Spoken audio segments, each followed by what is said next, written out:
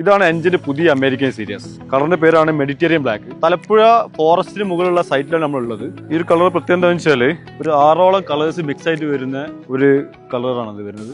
അതുപോലെ തന്നെ ബ്രൗൺ ഉണ്ട്, ബ്ലാക്ക് ഉണ്ട്, ഡാർക്ക് ബ്രൗൺ ഉണ്ട്, ഡാർക്ക് ഗ്രേസ് ഉണ്ട്. ഒരുപാട് കളേഴ്സ് മിക്സ് ആയി വരുന്നത് കൊണ്ട് തന്നെ എല്ലാ ടൈപ്പ് ഓഫ് പെയിന്റും ഇത് മാച്ച് ആവുന്നതാണ്. ഈ വീട്ടിൽ യൂസ് ചെയ്യുന്നത് നമ്മളെ കരിങ്കലിന്റെ ക്ലാഡിംഗ് ആണ്. ഇപ്പോൾ ഏറ്റവും കൂടുതൽ ട്രെൻഡായി കൊണ്ടിരിക്കുന്ന ക്ലാഡിംഗ് ആണ് ഇവിടെ യൂസ് ചെയ്യുന്നത്. അതുപോലെ തന്നെ നമ്മുടെ ജോട്ടന്റെ ഒരു 1140 എന്നുള്ള ഒരു സാൻഡ് കളർ ഉണ്ട്. ഏറ്റവും കൂടുതൽ ട്രെൻഡിങ് ആയിട്ട് യൂസ് ചെയ്യുന്ന ഒരു കളറാണ്. ഡാർക്ക് ബ്രൗൺ ആയിട്ട് വരുന്ന ഒരു കളറാണ്. അതിലേക്ക് മാച്ച് ആയിട്ട് വരുന്ന ഏറ്റവും ഫേമസ് ആയിട്ട് വരുന്ന ഒരു കളറാണ് ഈ ഒരു കളർ മെഡിറ്ററേനിയൻ ബ്ലാക്ക് എന്നുള്ളത്.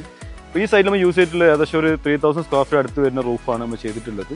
നമ്മളിവിടെ ഉപയോഗിച്ചിട്ടുള്ളത് 4:2 റാഫ്റ്ററും 1:2 പർലിംഗ് ആണ് ഉപയോഗിച്ചിട്ടുള്ളത്. അതുപോലെ തന്നെ 4 ഡിസ്റ്റൻസിലാണ് ഇവിടെ റാഫ്റ്റർ ടു സെന്റർ കൊടുത്തിട്ടുള്ളത്. കാരണം ഇതിൽ തന്നെയാണ് സീലിംഗ് ചെയ്യാൻ ഉദ്ദേശിക്കുന്നത് അവർ. അപ്പോൾ അതുകൊണ്ടാണ് ഹെവി സ്ട്രക്ചർ കൊടുത്തിട്ടുള്ളത്. പൊതുവെ നമ്മൾ ഇത്ര ഹെവി സ്ട്രക്ചർ ആവശ്യമില്ല.